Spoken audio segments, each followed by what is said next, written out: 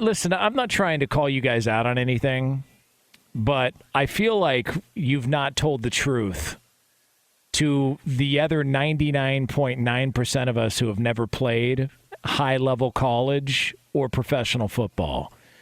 Because you guys must have skipped the part where you smoked weed in the locker room before a game.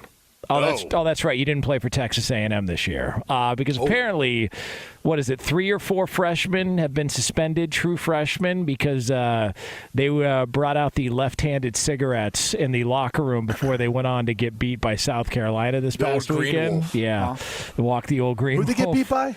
South Carolina, the Gamecocks. The Gamecocks, right, baby. The 4-game win ranked, streak for old Shane Beamer. Beamin', baby. Beamin', even though they're ranked in the top 25, they have no business being in the top 25. Oh, Jesus. They're an SEC team. They'll throw them in there. Bidding it beaming. So we are, what the hell, man? So Jimbo Fisher, there's been a lot of heat on Jimbo Fisher, but now you've got guys lighting it up, breaking out the hippie lettuce in the locker room before a game, and these are all these big NIL, superstar recruits that have been brought in. Oh, but they didn't pay for those guys, right? No. And listen, how dare you bring that up? Jimbo's going to get pissed, right? He'll get pissed if you bring that up. What? You know what? He can get pissed because I'll tell you this much. I've never seen that man look another man in the eye. That dude, when he does the interview, they ask him a question.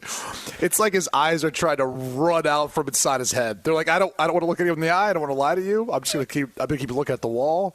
I'm looking at the ceiling. I'm looking all around, maybe the floor. I'm going to keep looking around.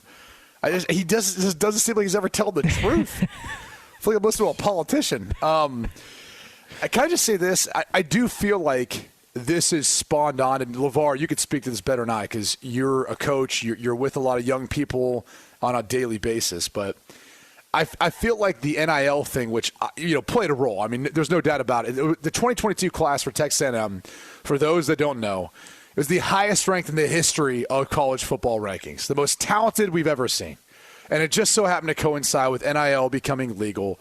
And what was rumored to be or reported that a lot of these young men came there with deals in hand.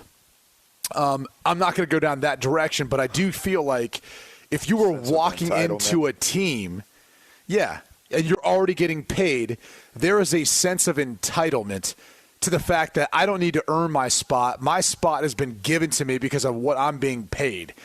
And because, doing that act anywhere before you've really made an impact on a team. That's reckless. That's it's reckless. It's ignorant. There's so many things with it.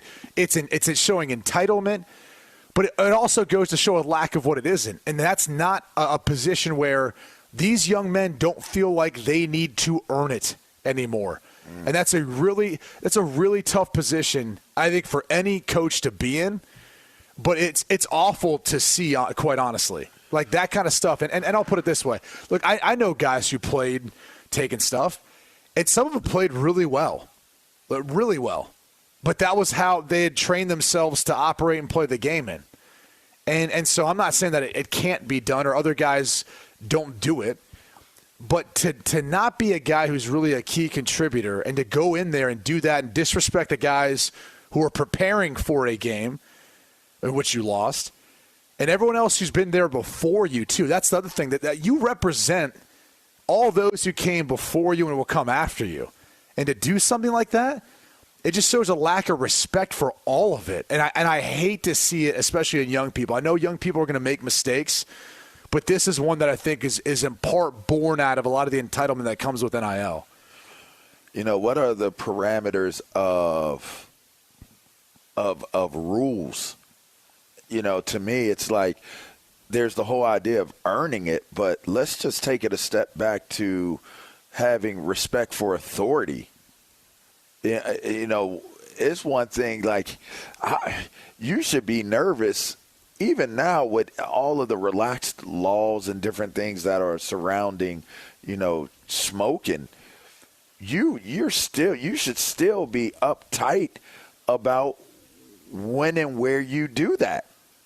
And to think that you're doing that because, well, you don't want to get into any trouble. You don't want to find yourself in a situation where you're allowing interpretation to be what dictates your freedom. And so to me, to think that you would be in the locker room, multiple, not one person, multiple guys in the locker room smoking, that states not only you not feeling like you have to earn it and a sense of entitlement as you have to earn it, but it also says to me, what is the level of understanding of parameters of rules within that locker room, within that team, by the within the players. Sorry to interrupt, but two of the guys who were suspended this last time, this is the second time they've been suspended this year. So this has gone on before. So repeat offenders. if it's the second time, then that means that they're really good. Yeah. That means that they are really, really good. Yeah, it means they're too good. Which I'll say this though. It also shows a lack of leadership in that locker room. I don't care if it's college. I remember our fifth-year guys who are around, like, those are grown-ass men. Like, that's the biggest difference, I think, when you go from high school to colleges. It's the first sense of, some of these dudes are like grown-ass men. You know, these are people you do not want to mess with. There's a lot of development that goes on between 17, 18 to 22, 23 years old, 24 in some cases now. With these guys. I mean, you obviously recognize that when you get in the NFL, but you'll see some pretty mature young people in the NFL. And obviously there's guys who are old as hell, you know, families and whatnot. But in college, that's like the first glimpse of it that you get. And if any of those fifth-year seniors or some of those seniors saw something like that, and that didn't fly with them, you might get your ass beat. I mean, I'll just be real about it. Like, that's how it was back then. So it's a lack of leadership, which I think, you know, the Texas A&M season's gone the way it has for a reason.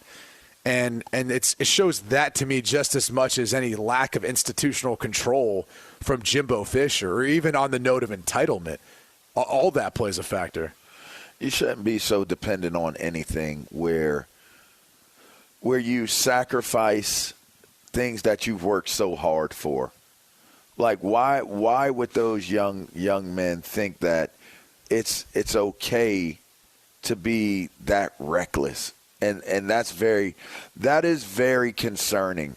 And you did mention, like, I do coach, and you know, the one thing that is most important when you're coaching, especially at lower levels, is the development of character, the challenging of, you know, growth and understanding, being respectful, being aware, you know, being an example.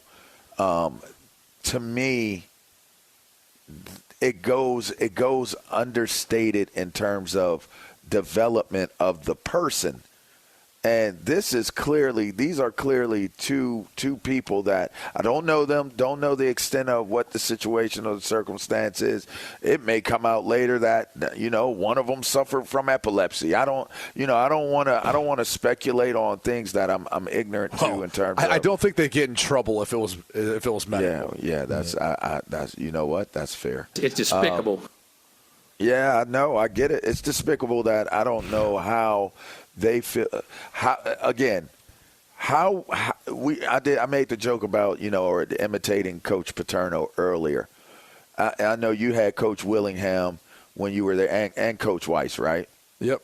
Yeah. So, I mean, could you imagine what, like, Charlie Weiss? What goes through your mind before you decide to light up or smoke a vape or whatever it is you got going on? Can we paint that picture back in the day? Brady Quinn smoking weed out of a cucumber, and Charlie Weiss walks in pregame. Go ahead. Well, first off, with Ty probably would have kicked me off the team. He just would have been like, This isn't the young man that I recruited. This isn't the young man that I brought in here to try to lead our team. Like, you're gone. Like, I would imagine he would have had a zero tolerance about it, just because that's how he was. He was and always has been a man of principles, and that's why I went to play for him. Like, I loved everything about Ty. The dude was not going to lie to you. He'd tell you straight exactly how it was, but he would do it in a very as matter-of-fact manner. Now, Charlie, at that point, I would get dog cussed out, like the worst, most profane things you could ever imagine for about 10 minutes. And he'd probably, I don't know, he probably would have tried to kick me off the team too. But it would have been, he would have made sure that there was a strong tongue lashing, and I heard every 4-letter word in the book before I was out of that office. I just don't understand how you would feel comfortable enough because weed carries. Man. That Hell smell yeah. carries. So Like a skunk. I just don't understand how you would feel comfortable enough in your locker room to start smoking and do it for a second time, the same two. And you're on the road. It's not even your locker room where it's like, oh, we know every nook and cranny here. You're on the road, and then you just light one up. Jonas, is Jimbo C getting hot in your mind, Jonas? If they didn't owe him... You did say that in our pre-show notes. You did say that. If they didn't owe him the money they do, is he already out? Because... No. But I'll say this. They can fire him and get out of all of that if there's cause. And that's what I think is interesting about this he had to come down hard and take down the hammer on these dudes. And I wouldn't be surprised if there wasn't more, because he can't allow that to potentially be on a laundry list of things that lead to cause, because that's where all of that guaranteed money that's in his contract goes bye-bye.